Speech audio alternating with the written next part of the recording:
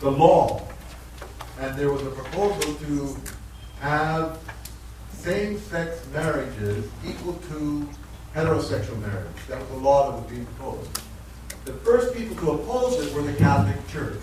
They tried, no, we don't want to do it.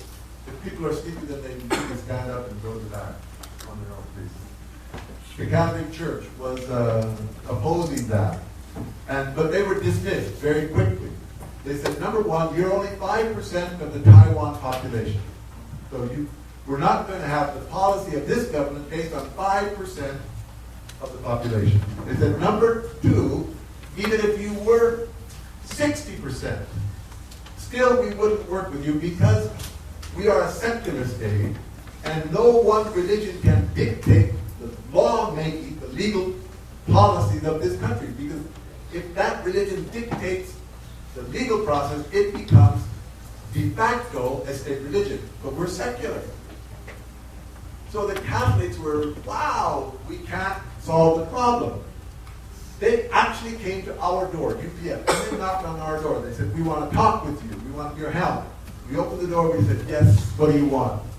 We want to protect our population, and we want to oppose this bill to equal same-sex and heterosexual man-woman relationships. We said, great. Let's work together. Why are you here? They said, because UPF has an interfaith network. We know that. You're famous for that. So that if we get an interfaith coalition working together, then the government cannot oppose us. Because it's not one religion, it's not even the majority religion, Confucianism. But it's all the religions working together, then the government cannot ignore. That was the key. And so we went from a Buddhist temple to a Shinto shrine to a Confucius temple to a church to a mosque. And we had a series of meetings educating the leaders of all of these faith-based organizations. It took a few months, but they were so excited. And everybody started sharing, and when our UPF representatives shared, everybody was, wow, you should be the president of this organization. Because you have the clearest education, the clearest understanding, so you should lead this organization. So we did. And in the end, we brought 300,000 people on the streets in Taipei in the front of the office of the president. We don't want this. And when the religious leaders spoke out, then the politicians. Oh, it's all the religions are speaking together, we'll support you. And the politicians spoke out.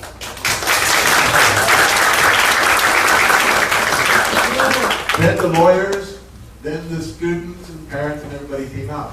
So the key was we have to work together. The faith-based organizations, going back here, this is the key. Here. So if we mix up ABC, and we're not clear, we don't separate, we don't have that firewall, then we add to the confusion. Number one, contradictory message for young people. We don't have a single message. Young people will be confused. Well, should I have sex or should I not have sex? Or can I have sex outside of marriage, before marriage? If I wear a condom, then it's okay. We are implicitly telling teenagers, go ahead and have sex. The problem is the disease, not the moral issue. That is the adult problem, not the teenage problem. Number two, no clear social standard. It's confused. Should I have sex or not have sex? And in the young people, the teenage years, that's their question. Yes, no, yes, no, yes, no, yes, no.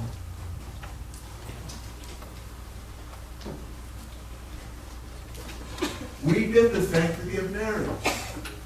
The institution of marriage, because of this mixed message. And even when I was growing up in America, I'm also questioning this. Yes, no, yes, no, yes. So I went to our priest, the Episcopal priest, Church of England, they say. And I said, should I have sex with this girl, if we're not married? And he said, well, if you love her, it's okay. Then I met our movement, yeah. Wow. So even the religious community needs to be educated. It's not just the policymakers in the education department, but also religious leaders. We're not dealing with the real issue, which is the moral issue.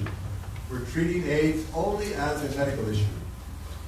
And the real problem is we will remove the faith-based organizations. They will not distribute condoms. They will not help. So the government is left alone. But the faith-based organizations, religious organizations, will not violate their teaching, meaning distribute condoms in order to participate in HIV/AIDS prevention. They won't do it. But when you remove the faith-based organizations, they have operational infrastructure, probably more than the government in most countries. The faith-based organizations are very organized. They've got a clear system and organization. They reach isolated rural areas. They're in the most remote areas. They are there already, even more than the government. They understand local cultural patterns because they live there with the people. They work in healthcare and education already. That's what they do. That's their job. And they provide huge resources, human, financial, emotional resources for the people. These are persuasive powers in education. So the faith-based organizations are the best, most powerful educators, but you're not working with them because you're asking them to distribute condoms. This is the problem. And they have sustaining work commitments. Sometimes they don't get a check. They still work for you. Some of them are volunteer their whole life. Their commitment is not based on money. So if you remove the faith-based organizations from your national HIV/AIDS prevention policy, then you're crippled. It's going to be ineffective. So what needs to happen to solve this problem is that we have to get a religious coalition together. Not one religion should come into the schools, but let's rotate. Let the Catholics come. Let the Muslims come. Let the Baptists come. And why not work together? Or come all at one time and give an HIV/AIDS prevention program in an assembly in a school. So in India, we say abstinence. This is part of the culture of India already. Brahmacharya means purity.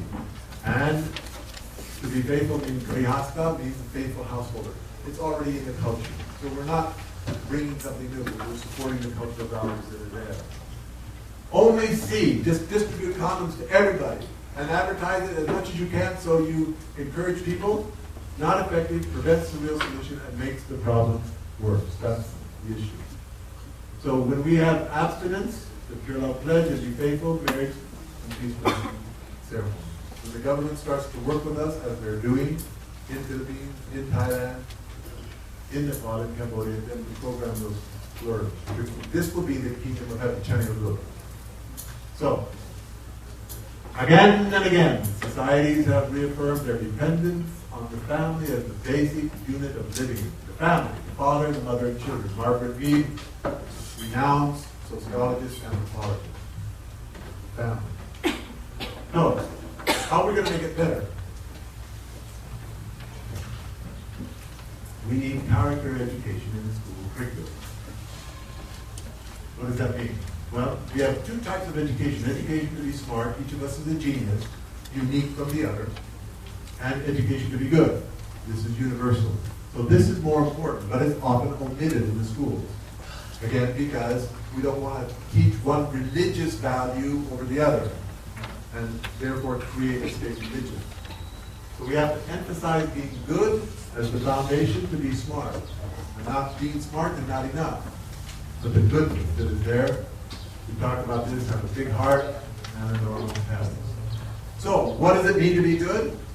If you listen to the first lecture when we were in the auditorium, Father's definition is very clear.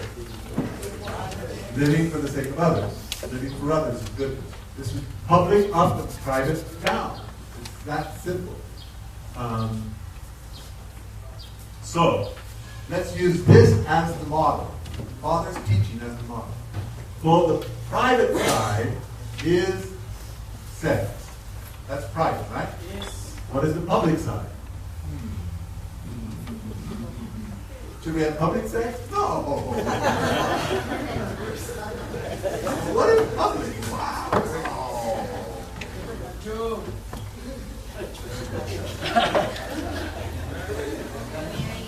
Marriage. Marriage is public. public. It is the commitment of exclusive sexuality. That's what it is. Sometimes you light a candle, sometimes you tie a string, sometimes you walk around fire. Yes, the ceremonies are different, but the internal commitment is, this is my husband, this is my wife.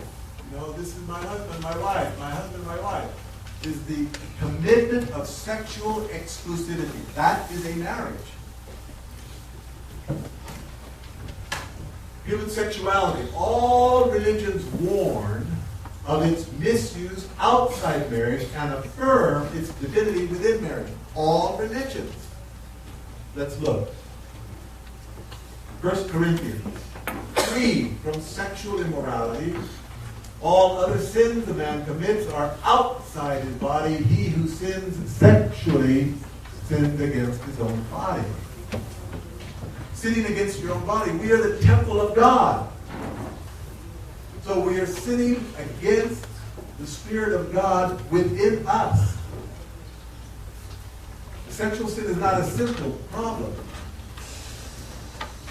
So this is the warning. Don't have sex outside of marriage. Flee, run away.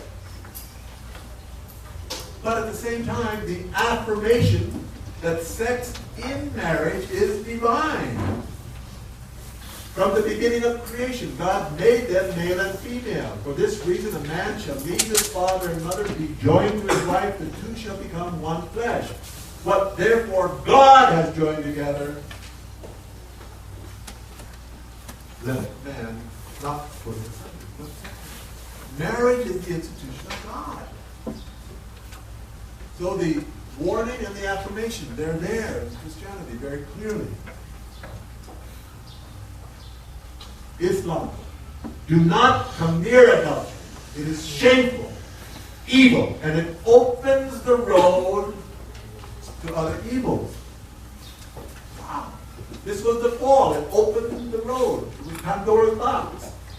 Approach not fornication. Surely it is indecency and evil as a wave. Fornication, adultery. Don't commit adultery. Don't commit fornication. If we promote this, we can work with the Muslims. They'll be happy to work with us. But the affirmation of marriage, He, Allah, has created spouses for you. He planted affection and mercy between you. The institution of marriage is made by God. Again, affirmed in the Quran.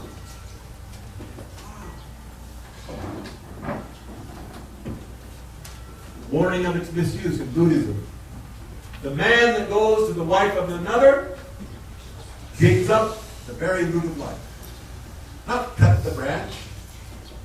Not cut the trunk. Dig up the root of life. Wow.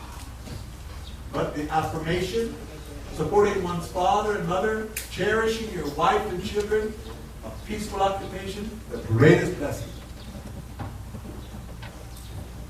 So again, we see all religions are teaching us this. In Hinduism, the warning from lustful passion means desire to have sex. Just the desire. Just looking at a woman lustfully. Oh, wow. Lustful passion comes, confusion of the mind. Loss of memory. Oh, did God really say that? Negligence of duty and responsibility.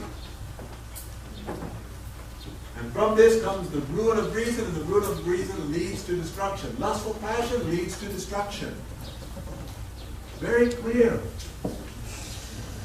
The affirmation. I am he, and you are she. I am a song, you are the verse. I am heaven, you are earth. We two shall here together dwell, becoming parents and children. Every religion. Jainism. Better to die than to indulge in partaking forbidden lustful pleasure. Better die. Purity, reverence, ceaseless pursuit of knowledge, charity, removal of obstacles that threaten equanimity, service to others, These make a happy family. Sikhism, caught in slander and attachment to the wealth and women of others, they eat poison and suffer in pain. They die, only to be reborn and waste their lives again. Wow. They are not said to be husband and wife who merely sit together, live together in one home. They alone are called husband and wife who have one life in two bodies. Their spirits become one. So what is the public side? Very clearly, marriage. So then we introduce this concept of sex education, right? And the way they sell it or promote it to the administrators, the Ministry of Education, they say, we want to teach sex to our children. Why not? Why not? We are going to teach medically accurate sexuality. We're going to use the right terms. We'll use the medical terms. Everything will be correct. The right language, the right... Why withhold this knowledge from our children? That's the argument that they use in order to advance sex education programs in schools. My understanding is that, and this is actually my doctoral degree is in this area. Okay, you want to teach sex education, but what are you not teaching? We're not going to talk about marriage or the importance of the family. We're just going to talk about sex. Most